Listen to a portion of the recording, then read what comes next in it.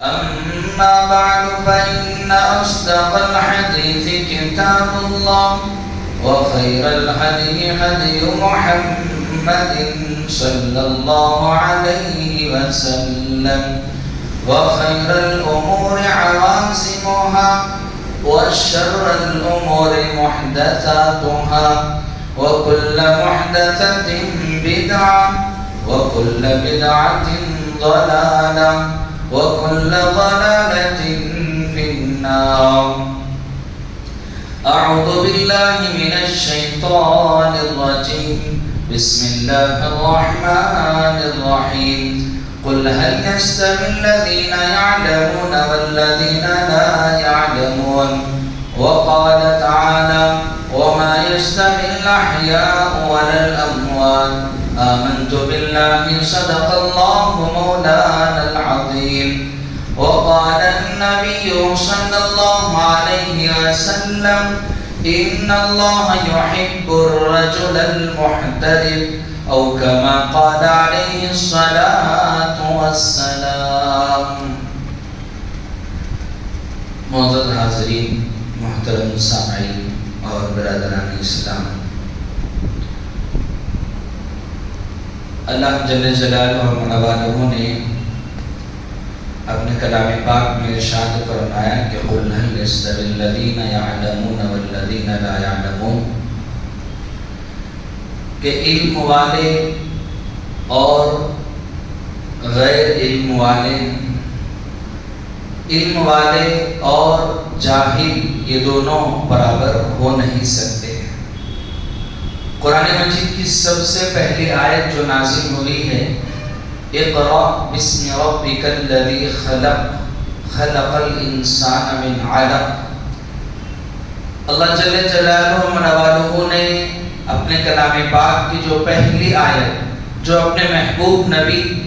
سید الاولین والآخرین، شفیع المذنبین، رحمت للعالمین، سرور دو عالم حضرت محمد رسول اللہ صلی اللہ علیہ وسلم پر نازل فرمائی، اور جہاں سے آپ کی نبوت کا اظہار ہوا، اس میں پہلی آیت جو نازل کی گئی ہے وہ علم کے متعلق ہے کہ اے نبی جی آپ پڑھیے۔ اگر ہم دیکھیں آج سے 1490 سال پہلے، جب ہم سب کے محبوب رسول صلی اللہ علیہ وسلم کا دور تھا، جس دور میں آپ کی پیدائش ہوئی، وہ بڑا ہی بہترین دور تھا، جہالت کا زمانہ تھا، اور عریانیت اور فحاشیت اور شرک و بت پرستی اور ظلم و ستم اور ظلم و جفا، ہر قسم کے گناہ، شراب کا پینا، زنا، ہر طرح کی برائی اس معاشرے میں موجود تھی۔ جب اللہ کے رسول صلی اللہ علیہ وسلم اس دنیا میں پیدا ہوئے اور آپ کو نبی بنایا گیا، تو سب سے پہلے یہ حکم نہیں دیا گیا کہ اے نبی جی آپ زنا سے روکیے، آپ فحاشیت سے روکیے اور لوگوں کو شراب سے روکیے، اس کا حکم نہیں دیا گیا، بلکہ سب سے پہلے حکم دیا گیا کہ آپ پڑھیے۔ اس سے معلوم ہوتا ہے کہ دین اسلام میں علم کی بڑی اہمیت ہے۔ علم دو طرح کا ہے، ایک دینی علم ہے اور ایک دنیاوی علم ہے۔ دینی علم جس سے ہر ایک واقف ہے اور جس کی فضیلتیں قرآن و حدیث میں بھری پڑی ہیں،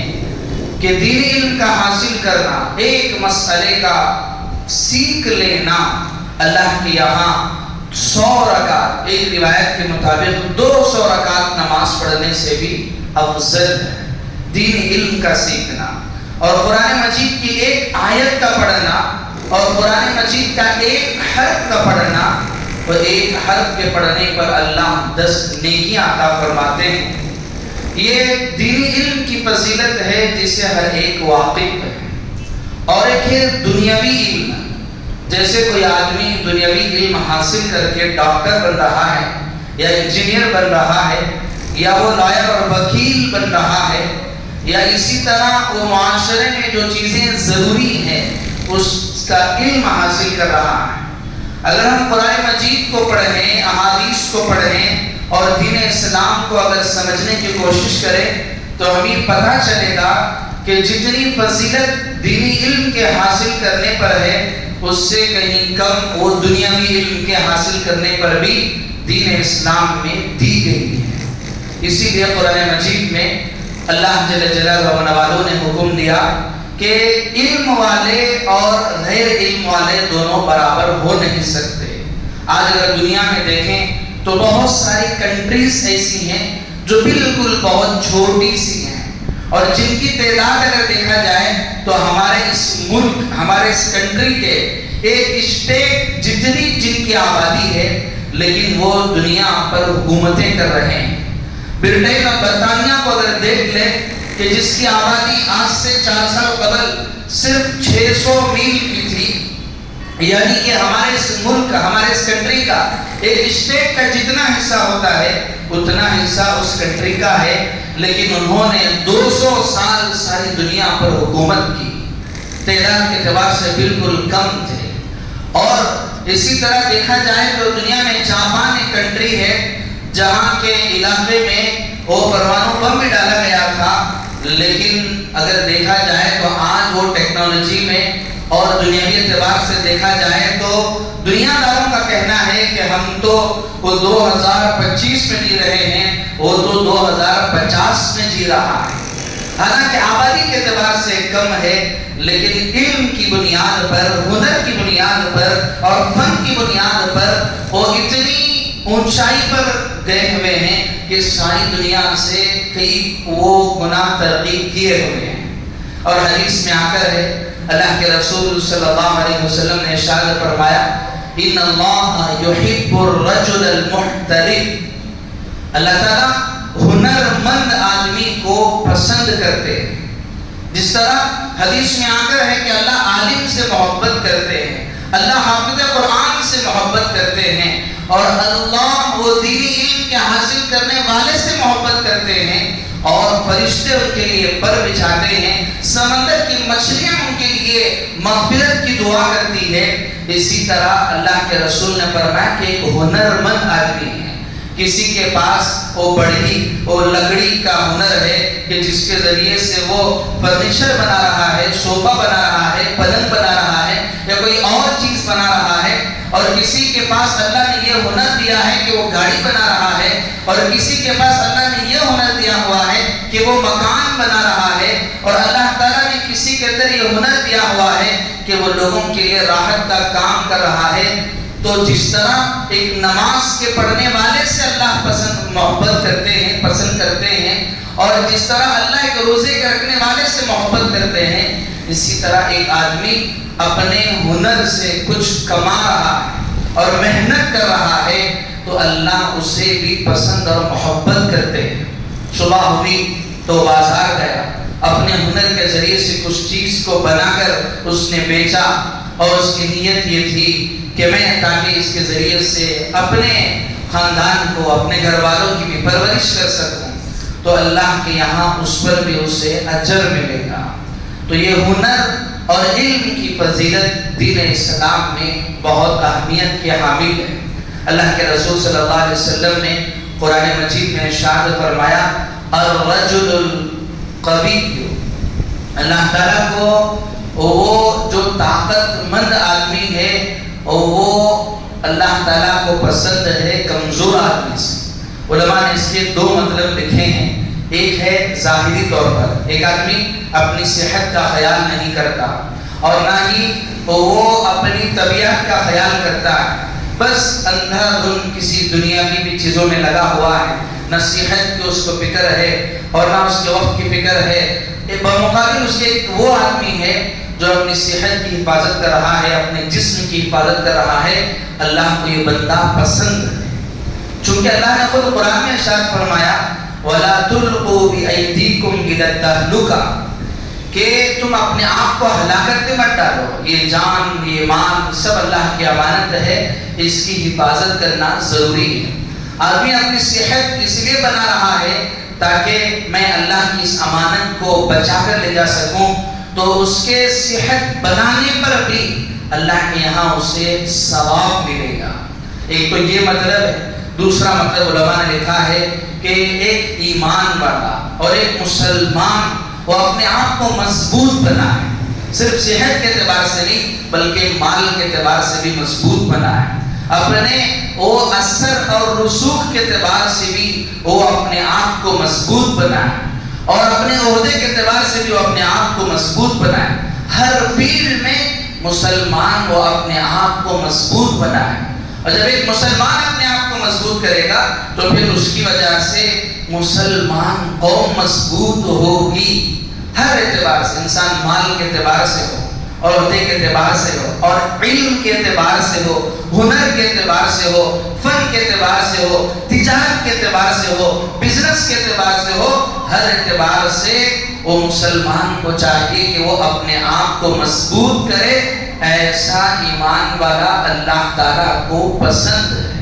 اور تاریخ گواہ ہے کہ آج تک جتنی قومیں ترقی کی ہیں وہ صرف اور صرف علم کی بنیاد پر اور اپنے فن اور ہنر کی بنیاد پر ترقی کی۔ امریکہ جیسا ملک، امریکہ جیسی کنٹری جس میں یہودیوں کی آبادی صرف 3% ہے، لیکن وہاں پہ جو سرکاری عہدے ہیں 60% وہ ان یہودیوں کا اس پر قبضہ ہے، میڈیا ان کا ہے، اور اسی طرح یہ سارے بزنس ہے وہ سارے ان کے کنٹرول میں، یعنی کہ وہ اگر دیکھا جائے تو ساری دنیا پر وہ اپنی حکومت چلا رہے ہیں، جب چاہے جیسا چاہے وہ کر سکتے ہیں۔ حالانکہ تعداد کے اعتبار سے بہت کم ہے، لیکن جب وہ علم ہے، ہنر ہے، تو پھر وہ ساری دنیا پر حکومت کر رہے ہیں۔ اور ہمارے اس ملک میں بھی میں نام لیے بغیر کہہ رہا ہوں کہ ایک قوم ہے، ایک ذات ہے جو صرف 3% ہے، لیکن 45% سے زائد سرکاری عہدوں پر وہ لوگ فائز ہیں۔ جس وقت ہمارا ملک آزاد ہوا 1947 کے بعد، جب ہمارے ملک آزاد ہوا تو آزادی کے بعد مسلمانوں کی جو تعداد تھی سرکاری عہدوں پر، اس سرکاری عہدوں پر 44% تھی، کہ 44% مسلمان وہ سرکاری عہدوں پر قابض تھے۔ لیکن 2008 کی رپورٹ آتی ہے کہ سرکاری عہدوں پر وہ صرف اور صرف 4% مسلمان ہیں پورے ملک میں، حالانکہ مسلمانوں کی آبادی وہ 20 کروڑ سے زائد ہے، لیکن ان کا جو دخل ہے اور ان کا جو رول ہے وہ صرف 4% ہے۔ آج انسان اپنے آپ کو بڑی آسانی سے کہہ دیتا ہے کہ نہیں یہ تو سازش ہے۔ اگر آپ چلو مان بھی لیا جائے کہ آپ اگر کہہ رہے ہیں کہ مسلمانوں کو پیچھے رکھنے کے لیے سازش اگر کی گئی ہے، تو بقیہ آج جو 50% سے زائد دوسرے قوم کے لوگ جو سرکاری عہدوں پر ہیں، وہ اگر مان بھی لیا جائے 50% بھی اگر رشوت کے ذریعے سے گئے ہوں، تو اور 50% جو ایسے ہیں جنہوں نے اپنے قابلیت کی بنیاد پر عہدوں پر قابض ہیں۔ اس سے ہمیں اندازہ ہوتا ہے کہ مسلمان کو چاہیے کہ وہ علمی میدان میں آگے بڑھے، اور کسی بھی قوم کی ترقی اسی وقت ہو سکتی ہے جب اس قوم میں علم آئے۔ علم کی بنیاد پر ہی یہ بالکل چھوٹے 1%، 2%، 3% آبادی والے لوگ وہ کروڑوں آبادی والے ملک پر وہ حکومت کر رہے ہیں اور اپنا قبضہ جمائے ہوئے ہیں۔ اس سے ہمیں اندازہ ہوتا ہے، ذرا تصور کریں کہ وہ مذہب، وہ دین اسلام جس کی سب سے پہلی آیت ہی علم کے بارے میں ہے، اور اس علم کی آیت نازل ہونے کے بعد 2 سال تک کوئی دوسری وحی نہیں آئی، اور حالانکہ یہ علم کی وحی اس وقت آئی جبکہ معاشرے میں بہت ساری برائیاں تھیں۔ اس موقع پر پہلی آیت جو نازل ہوئی کہ اپنے آپ کو وہ آپ پڑھیے اور اپنے آپ کو قابل بنائیے، جب یہ آیت نازل ہوئی تو 2 سال تک کوئی اور وحی نازل نہیں ہوئی۔ تو جس قوم کی پہلی آیت اور جس قوم کی سب سے مقدس کتاب اور سب سے اعلیٰ، سب سے عرفہ کتاب کی سب سے پہلی آیت ہی علم کے متعلق ہے، اور وہ علم وہ جاہل بن جائے یہ ہو نہیں سکتا۔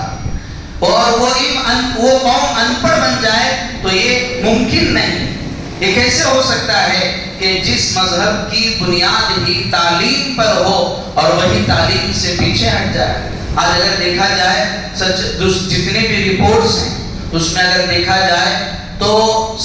اگر 100% بچے وہ پرائمری اسکول اگر وہ اسکول میں تعلیم حاصل کر رہے ہیں تو اس میں جو کمپلیٹ جو ایجوکیشن ہے جو ڈگری ہے وہ بالکل وہ ڈبل ڈگری جو کمپلیٹ کرتے ہیں ان میں سے صرف 5% ہیں جو کمپلیٹ کرتے ہیں. بقیہ 95% وہ اپنے تعلیم کو منقطع کر دیتے ہیں. یہ آج سے 4 سال پہلے کی رپورٹ ہے کہ 90-95% لوگ وہ اپنے آپ کو تعلیم سے پیچھے کر لیتے ہیں. اور ہمارے یہاں ایک ماحول بنا ہوا ہے کہ اگر ہم میں سے اگر کوئی شخص باہر وغیرہ جاتا ہے اور وہ کچھ بہتر اگر اپنی کمائی اس کی بہتر ہوتی ہے تو وہ سب سے پہلے یہ سوچتا ہے کہ مجھے اپنے اولاد کو مکان بنا کر اچھا سا مکان بنا کر دے دینا ہے.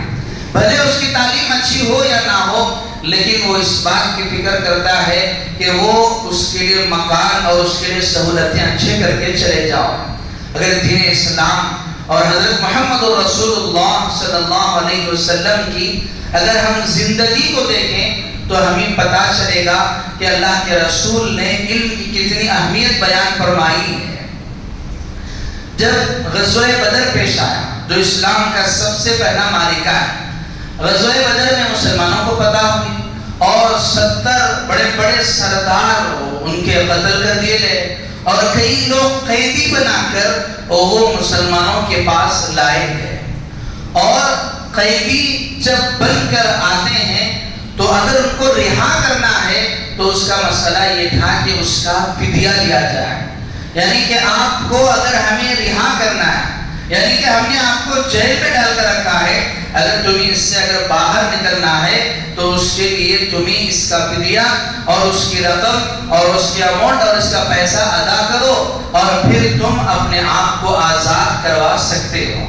یہ سسٹم تھا اس وقت کا. لیکن غزوہ بدر کے موقع پر جب اللہ کے رسول صلی اللہ علیہ وسلم کے سامنے قیدی لائے گئے تو اللہ کے رسول صلی اللہ علیہ وسلم نے ان قیدیوں سے کہا کہ تمہیں ہم رہا کر دیں گے لیکن تب جب کہ تم ایک ایک قیدی 10 مسلمانوں کے بچوں کو وہ علم سکھائے گا تو اس کے بدلے میں ہم تمہیں رہا کر دیں گے. ابھی اگر سوچ کر دیکھیں تو روایات کے مطابق جس وقت اللہ کے رسول صلی اللہ علیہ وسلم آپ جس قبیلے قریش میں آپ جس وقت آپ مبعوث کیے گئے اس سارے علاقے میں اور روایات اور تاریخ سے پتا چلتا ہے پوری آبادی میں صرف اور صرف 15 لوگ ایسے تھے جو پڑھے لکھے تھے, باقی سب کے سب ان پڑھ و جاہل تھے. جب اللہ کے رسول صلی اللہ علیہ وسلم نے غزوہ بدر کے موقع پر فرمایا کہ ان قیدیوں کو اس وقت چھوڑا جائے گا جبکہ ایک ایک قیدی اور مسلمانوں کے 10 بچوں کو سکھائے گا. ظاہر سی بات ہے دینی علم تو وہ سکھا نہیں سکتے چونکہ قرآن تو اللہ کے رسول پر نازل ہوا ہے, توحید کا علم تو مسلمانوں کے پاس ہے, تو یہ کون سا علم سکھائیں گے؟ اللہ کے رسول نے ان سے فرمایا کہ تم انہیں زبان سکھاؤ. اور انہی میں سے حضرت زید رضی اللہ تعالیٰ عنہ تھے جنہوں نے اپنے علاوہ دوسری زبان عبرانی زبان سریانی زبان جنہوں نے صرف 17 دنوں میں انہوں نے اس زبان کو سیکھ لیا تھا. اس سے ہمیں پتا چلتا ہے کہ اللہ کے رسول صلی اللہ علیہ وسلم کی زندگی جو فقر و فاقے میں گزری, ہم نے بارہا اور روایتیں سنی. اللہ کے رسول صلی اللہ علیہ وسلم کی جو زندگی گزری, اماں جان حضرت عائشہ صدیقہ رضی اللہ تعالیٰ عنہ فرماتی ہیں کہ 2 مہینے گزر جاتے تھے ہمارے گھروں میں چولہا نہیں چلتا تھا اور گزارا کس پر ہوتا؟ 2 کالے پانی پر ہوتا. کھجور کے ذریعے سے آپ اپنی زندگی بسر کرتے تھے. یعنی کہ مسلمانوں میں فقر و فاقہ بہت تھا. لیکن غزوہ بدر کے موقع پر اگر ان قیدیوں کو چھوڑنے کے بدلے مال لے سکتے تھے, درہم لے سکتے تھے, دینار لے سکتے تھے, سونا چاندی لے سکتے تھے, لیکن اللہ کے رسول صلی اللہ علیہ وسلم نے فرمایا دینار درہم نہیں چاہیے, ہمیں تعلیم چاہیے. آپ ان بچوں کو تعلیم سکھا دیجئے، تمہیں رہا کر دیا جائے گا۔ اس سے ہمیں سبق ملتا ہے کہ ہم بھلے اپنے عیش و آرام میں تھوڑی کمی ضرور کر لیں، لیکن اپنے اولاد کو علم تو ضرور سکھانا چاہیے۔ اور چونکہ ابھی یہ جو موقع ہے، مئی اور جون کا مہینہ جب آتا ہے تو ہم دیکھتے ہیں کہ بہت سارے اسکول کے پوسٹرز لگتے ہیں، بلکہ 1 یا 2 مہینے سے ہی لگنا شروع ہو جاتے ہیں کہ آپ ہمارے یہاں ایڈمیشن کروائیے، ہمارے یہاں یہ سہولت ہے، آپ ہمارے یہاں ایڈمیشن کرائیے، ہمارے یہاں یہ سہولت ہے۔ تو ابھی گویا کہ یہ انگریزی تعلیمی سال کا ایک ابتدا ہے، یہ شروعات ہے، اور اس موقع پر ہمیں یہ تعلیم دین اسلام سے دی جا رہی ہے کہ ہمیں چاہیے کہ اپنے اولاد کو تعلیم سے آراستہ کریں۔ اللہ کے رسول صلی اللہ علیہ وسلم نے دعا سکھلائی، اللہم انی اسألک علما نافعا وعملا متقبلا ورزقا حلالا طیبا وشفاء من کل داء۔ یہ زمزم جس وقت پیا جاتا ہے، الحمدللہ آپ نے دیکھا کہ حجاج کرام جو حج کو تشریف لے گئے تھے، ہماری اس بنگلور کا بھی جو حجاج کرام کا قافلے کی واپسی الحمدللہ شروع ہو چکی، اور جب زمزم پیا جاتا ہے تو اس موقع پر اللہ کے رسول نے دعا سکھلائی، اللہم انی اسألک علما نافعا، اللہ سے دعا کرو کہ اے اللہ مجھے علم نافع عطا فرما، ورزقا حلالا طیبا، اللہ حلال رزق عطا فرما، اور ہر بیماری سے شفا عطا فرما۔ چونکہ حدیث میں آ کر ہے ماء زمزم لما شرب لہ، کہ زمزم کا پانی جس نیت سے پیا جائے اللہ اس نیت کو پورا کرتے ہیں۔ تو اس موقع پر جو اللہ کے رسول نے دعا سکھلائی وہ علم نافع، اے اللہ نفع دینے والا علم ہمیں عطا فرما، یعنی کہ ہر وہ چیز، ہر وہ علم جو انسانوں کو نفع دیتا ہو، اس علم کا، اس ہنر کا اور اس فن کا سیکھنا یہ شریعت میں پسندیدہ ہے۔ اللہ کے رسول صلی اللہ علیہ وسلم نے فرمایا کہ من استنفع منکم فلینفع، تم میں سے جس کے اندر یہ استطاعت ہے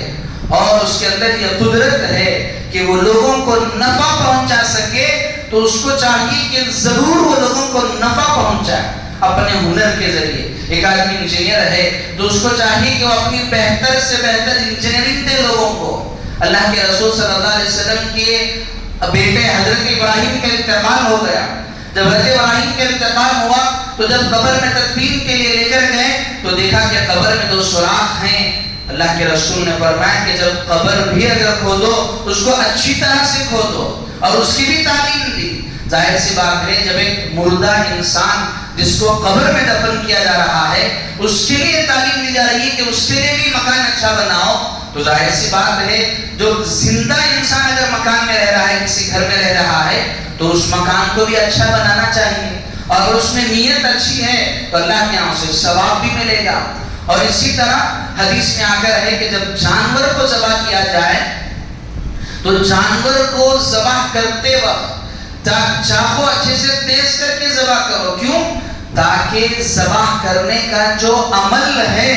وہ عمل، حالانکہ یہ جو جانور کو جو ذبح کیا جا رہا ہے وہ جانور کو ختم کرنے ہی کے لیے ذبح کیا جا رہا ہے، لیکن اس کو بھی اچھی طرح سے ذبح کرو، یعنی کہ تعلیم یہ دی گئی اس میں بھی تم قابل بنو، اس اچھی طرح سے ذبح کرو۔ جب ایک جانور جسے کھانے کے لیے ذبح کیا جا رہا ہے اس کو بھی اچھی طرح ذبح کرنے کی جب تعلیم دی جا رہی ہے تو ظاہر سی بات ہے ایک انسان اگر انجینئرنگ ہے تو اس کو چاہیے کہ اپنا بہتر ہنر پیش کرے، جس شعبے میں بھی ہو، اگر اس کی نیت ٹھیک ہو تو پھر اللہ کے یہاں اس سے ثواب ملے گا۔ اور ہمیں چاہیے کہ ہر فیلڈ میں، ہر فن میں ایک مسلمان کو چاہیے کہ وہ آگے بڑھے۔ دنیا میں ہم وہ ہیرے جواہرات کی طرح بنے، وہ کنکر اور ریت کی طرح نہ بنے۔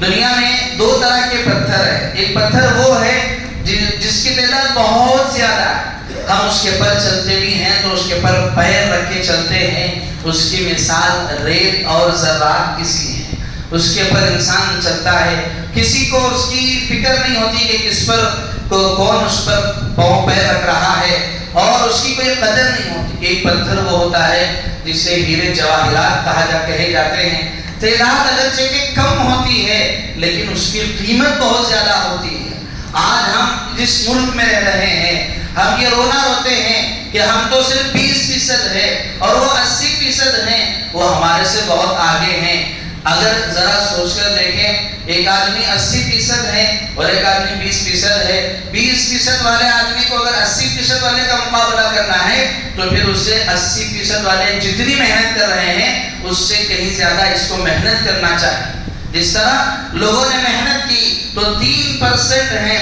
لیکن ساری دنیا پر حکومت کر رہے ہیں، اور 3% ہیں اور ہمارے سارے ملک کو کنٹرول کر رہے ہیں۔ کیوں؟ اس کی بنیادی وجہ ہے تعلیم۔ آج عام طور پر تعلیم کے بارے میں بڑی کوتاہی برتی جاتی ہے کہ یا تو تعلیم کو حاصل نہیں کی جاتی، درمیان میں اس کو چھوڑ دیا جاتا ہے، یا پھر ان کے گھروں کا ماحول ایسا ہوتا ہے کہ جن کے والدین وہ جہالت کی بنیاد پر کہ تم پڑھ کے کیا کرو، اس کو چھوڑ کر اگر وہ کوئی مزدوری کرنے والا ہے تو وہ اپنے بچے کو اس میں لگا لے رہا ہے، اور اگر کوئی کھیتی باڑی کرنے والا ہے تو وہ بھی یہی سوچ رہا ہے کہ چلو میرے بچے کو بھی یہی ہنر سکھا دیا جائے۔ ہاں، وقتی طور پر تو نفع تو تمہیں ضرور مل جائے گا لیکن تمہیں ترقی نہیں مل پائے گی۔ وہی اگر معاشرے کا ایک فرد وہ علم حاصل کرے، علم حاصل کر وہ سائنسدان بنے، وہ ڈاکٹر بنے، وہ انجینئر بنے، تو اس سے قوم کا ڈھیر شمار پیدا ہو۔ اور اس موقع پر ملت اسلامیہ کا بھی ایک فرض بنتا ہے، جس طرح بعض مرتبہ تعلیم وہ مالی بنیاد پر بھی انسان آگے کر نہیں پاتا، اور ہمارا فرض یہ بنتا ہے کہ وہ بچے جو اچھا پڑھتے اور جنہیں پڑھنے کا شوق ہے لیکن ان کے گھریلو حالات کی بنیاد پر وہ آگے بڑھ نہیں پا رہے ہیں، تو قوم کا فرض یہ بنتا ہے ان بچوں کا ہم نگہبانی کریں۔ اسلام میں یہ تو نہیں ہے کہ ہم کسی اور کی اولاد کو اپنی اولاد کہہ کر رکھ لیں، اس سے تو منع کیا گیا، لیکن اس کی کفالت ہم لے سکتے ہیں کہ ان کی اعلیٰ تعلیم کو ہم ان کا جتنا خرچ ہوتا ہے ہم اس کو برداشت کریں۔ اور یہ نبی کریم صلی اللہ علیہ وسلم کی سنت ہے۔ آپ کے چچا جو ابو طالب ہیں، ابو طالب کی بہت ساری اولاد تھی، اور آپ کے جو چچا تھے ان میں سب سے زیادہ مالدار چچا وہ حضرت عباس رضی اللہ تعالیٰ عنہ تھے۔ اور جب حضرت ابو طالب کی جو اولاد تھی، اللہ کے رسول صلی اللہ علیہ وسلم نے اپنے چچا حضرت عباس رضی اللہ تعالیٰ عنہ کے پاس گئے اور جا کر فرمایا کہ چچا بات ایسی ہے کہ ابو طالب جو ہیں ان کی اولاد زیادہ ہے، ایسا کرتے ہیں کہ ان کی اولاد کی کفالت ہم لے لیتے ہیں۔ اور وہ گئے حضرت عباس رضی اللہ تعالیٰ عنہ اور اللہ کے رسول صلی اللہ علیہ وسلم وہ ابو طالب کے پاس گئے اور جا کر کہیں کہ ایسا کرو کہ آپ اپنی اولاد کی کفالت ہم ہی دے دو۔ تو ابو طالب نے حضرت علی رضی اللہ تعالیٰ عنہ کو رسول اللہ صلی اللہ علیہ وسلم کے حوالے کیا، اور حضرت جعفر رضی اللہ تعالیٰ عنہ کو وہ حضرت عباس کے حوالے کیا، اور ایک آپ کی اولاد تھی حضرت عقیل جن سے بڑی محبت تھی، تو ابو طالب نے انہیں حوالے نہیں کیا۔ اور جب اللہ کے رسول صلی اللہ علیہ وسلم حضرت علی کو اپنے پاس لے کر آئے، حالانکہ اللہ کے رسول صلی اللہ علیہ وسلم کی زندگی فقر و فاقے سے گزری، لیکن جس وقت آپ کا نکاح حضرت خدیجہ رضی اللہ تعالیٰ عنہا سے ہوا تو حضرت خدیجہ چونکہ وہ مالدار عورت تھی، وہ قبیلہ قریش کی ایک صاحب ثروت عورت تھی، اور جنہیں اللہ نے خوب مال دیا تھا، اور اللہ کے رسول صلی اللہ علیہ وسلم انہی کا مال تجارت لے کر بیچنے کے لیے گئے تھے، اور اسی تجارتی سفر کی بنیاد پر حضرت خدیجہ آپ سے متاثر ہو کر وہ آپ سے نکاح کا پیغام بھجوایا تھا۔ تو حضرت خدیجہ چونکہ مالدار خاتون تھی، حضرت خدیجہ کی بنیاد پر اللہ کے رسول صلی اللہ علیہ وسلم کو بھی مالدار شمار کیا جانے لگا۔ تو اس موقع پر چونکہ اللہ نے وسعت دی تھی تو اللہ کے رسول نے حضرت علی رضی اللہ تعالیٰ عنہ کی تعلیم و تربیت کی ذمہ داری اپنے ذمے لی، اور اس کے بعد ایسی تربیت فرمائی کہ تربیت فرمانے کے بعد خود اپنی لڑکی اور شہزادی حضرت فاطمہ رضی اللہ تعالیٰ عنہ جو سیدۃ النساء اہل الجنہ ہیں، ان کو آپ کے نکاح میں آپ نے دے دیا۔ تو اس سے معلوم ہوتا ہے کہ اگر کسی خاندان میں، کسی قوم میں، کسی معاشرے میں اگر ایسے لوگ ہیں جن کی اولاد ہے اور پڑھانا چاہے اور وہ اپنے اندر اتنی استعداد ان کے اندر نہیں ہے، تو معاشرے کا ایک فرض بنتا ہے کہ ہم ان کے ہاتھ تھامیں اور ان کی کفالت لیں اور ان کی ذمہ داری لیں، اور اس کے ذریعے سے اگر وہ قابل بن جائیں تو ان کا بھی فائدہ ہوگا اور قوم کا بھی فائدہ ہوگا۔ تو یہ معاشرے کی ضرورت ہے کہ ہم تعلیم کو آگے بڑھائیں۔ اب چونکہ اسکول اور کالج اسکول کا سلسلہ شروع ہوا ہے، الحمدللہ بہت ساروں نے وہ ایڈمیشنز وغیرہ کروائے ہوں گے، لیکن آج کے اس ماحول میں جہاں ہم دنیاوی تعلیم دے رہے ہیں، دنیاوی تعلیم کے ساتھ ساتھ دینی تعلیم اور تربیت بھی اس کے لیے ضروری ہے، چونکہ آج جو ماحول بنتا جا رہا ہے کہ پڑھنے کے لیے جانے والے وہ طلبہ، وہ اسٹوڈنٹس، وہ اپنے آپ کو توحید بیزاری کا اظہار کر رہے ہیں، وہ اللہ کی وحدانیت کا وہ بیزاری کا اظہار کر رہے ہیں، یہ ہمارے معاشرے کے لیے سم قاتل ہے، یہ زہر ہے۔ چونکہ آج جو نصاب بنائے جانے کی کوشش کی جا رہی ہے کہ وہ مسلمان پڑھنے کے لیے آئے، تو اس کی جو ذہنیت ہے وہ آٹومیٹک غیر محسوس طریقے سے وہ اللہ کی وحدانیت سے اور دین اسلام سے وہ بیزار ہوتا چلا جائے۔ جیسے نصابوں میں یہ شامل کیا گیا کہ 3 طلاق کے ذریعے وہ عورتوں پر ظلم ہوتا ہے، اور اسی طرح جہاں پچھلے نصاب میں، پچھلی کتابوں میں مساجد کا فلاں چیزوں کا تذکرہ ہوتا تھا، اب ان سارے چیزوں کو ہٹا کر زیادہ سے زیادہ یہ کہا جا رہا ہے کہ فلاں مندر کہاں ہے، فلاں یہ کس جگہ ہے، اس کے بارے میں تم کچھ تیار کر کے لاؤ اور اس کے بارے میں کچھ پروجیکٹ بنا کے لاؤ۔ اس طرح یہ غیر محسوس طریقے سے وہ شرک کو وہ بچوں کے ذہنوں میں ڈالا جا رہا ہے۔ ایک تو تعلیم کا حاصل کرنا بھی وہ دین اسلام کا حصہ ہے، اور تعلیم کے ساتھ ساتھ دینی تعلیم کا ہونا بھی یہ ہر ایک مسلمان کے لیے فرض ہے۔ اللہ کے رسول صلی اللہ علیہ وسلم نے ارشاد فرمایا طلب العلم فریضۃ علی کل مسلم و مسلمہ، کہ علم کا حاصل کرنا وہ ہر مسلمان مرد عورت پر فرض ہے۔ لہذا ہمارا یہ فرض اگر کوئی تاجر ہے، بزنس کر رہا ہے، تو بزنس کا علم سیکھنا اس مسلمان کے لیے فرض ہے، اور اگر کوئی اور شعبے میں اگر وہ کام کر رہا ہے، اگر کوئی کھیتی باڑی کر رہا ہے، تو اس کے مسائل کا جاننا اس کے لیے ضروری ہے۔ آج کے دور میں کوئی بھی چیز ہو تو اس کے متعلق وہ دینی علم حاصل کرنا ضروری ہے، اور دینی علم ایک روشنی کی طرح ہے، جس طرح ایک بند کمرے میں اگر انسان رہ رہا ہے، وہاں سانپ بھی آ گیا اور بچھو بھی آ گئے اور کوئی زہریلی چیز آ گئی، زہریلا جانور آ گیا، اب انسان اگر اس کو ختم کرنا ہے تو بغیر روشنی کے اس کے لیے تو مشکل ہے، اور اس کو پتہ نہیں چلے گا کہ کون سا جانور کہاں چھپا بیٹھا ہے۔ وہی اگر روشنی کا اگر انتظام کر دیا جائے گا تو وہ ساری زہریلے چیزیں صرف روشنی کی بنیاد پر ہی وہ بیلوں میں اور دور چلے جائیں۔ تو اس سے اندازہ ہوتا ہے کہ دینی تعلیم کے ساتھ ساتھ، دنیاوی تعلیم کے ساتھ ساتھ ہمیں اپنے اولاد کو دینی تعلیم کی بھی فکر کرنی چاہیے۔ الحمدللہ آج کے اس دور میں اللہ کا بڑا فضل ہے کہ ایسے ادارے قائم ہو گئے ہیں کہ جن اداروں میں ہم اپنے بچوں کو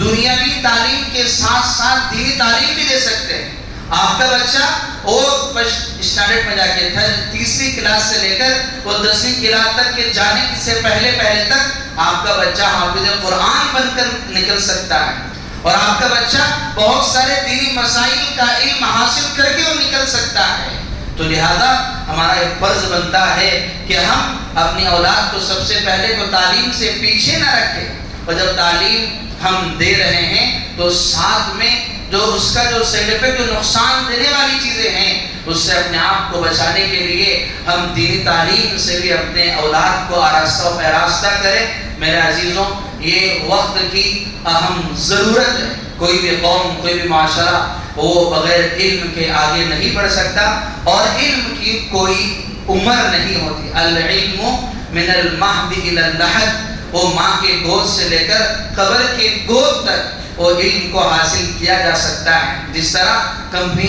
جب ایک آدمی بہت بڑی ڈگری حاصل کر کے گیا، حاصل کرنے کے بعد جب وہ کمپنی میں جاتا ہے، جانے کے بعد وہ کتنا بھی بڑا علم حاصل کیا ہو، اس کو فوراً کام کرنے کے لیے نہیں بٹھایا جاتا، بلکہ اس کو ٹریننگ دی جاتی ہے کہ آپ 1 مہینہ 2 مہینے آپ ٹریننگ کیجیے تاکہ اس کام کو اچھی طرح سے کرنا ہے۔ اور پھر جب اس کا عہدہ اور بڑھتا ہے تو پھر اس کو بھی ٹریننگ دی جاتی ہے، یعنی کہ اس کو موت تک تو علم، جو کوئی سا بھی شعبہ ہو اس کو موت تک تو علم حاصل کرنا ہی رہتا ہے۔ تو لہذا ہم دینی علم میں کیوں پیچھے رہنا ہے؟ دینی علم اگر ہم نے بچپن میں قرآن مجید نہیں سیکھا ہو تو کیا ہو گیا، ہم اب جا کر قرآن مجید سیکھ لے، اور اگر ہم نے بچپن میں اگر ہم نے بچپنے میں اگر دینی علم نہیں سیکھا ہو تو اس سے کوئی فرق نہیں پڑتا کہ اب ہم وہ دینی علم سیکھ لیں تاکہ ہم ہماری زندگی وہ اندھیرے میں نہیں بلکہ روشنی میں گزار سکیں اور اپنی اولاد کی بھی ہم وہی صحیح طرح سے تربیت کر سکیں۔ اس لیے میرے عزیزوں، ہمیں اپنی اولاد کو بھی تعلیم سے آراستہ کرنا ہے اور خود کو بھی وہ تعلیم سے آراستہ کرنا ہے۔ اللہ تعالیٰ سے دعا ہے اللہ مجھے بھی اور آپ کو بھی اور امت کے ہر ایک فرد کو اور ہر ایک اولاد کو دینی علم کے ساتھ وہ دنیاوی علم کے ساتھ دینی علم بھی حاصل کرنے کی توفیق عطا فرمائے، اور اللہ معاشرے سے جہالت کو ختم فرمائے، اور جس قوم کی بنیاد ہی علم پر ہے وہ قوم دوبارہ علم کی بنیاد پر ترقی کرے۔ اللہ اس کے فیصلے فرمائے۔ آمین۔ وآخر دعوانا ان الحمد للہ۔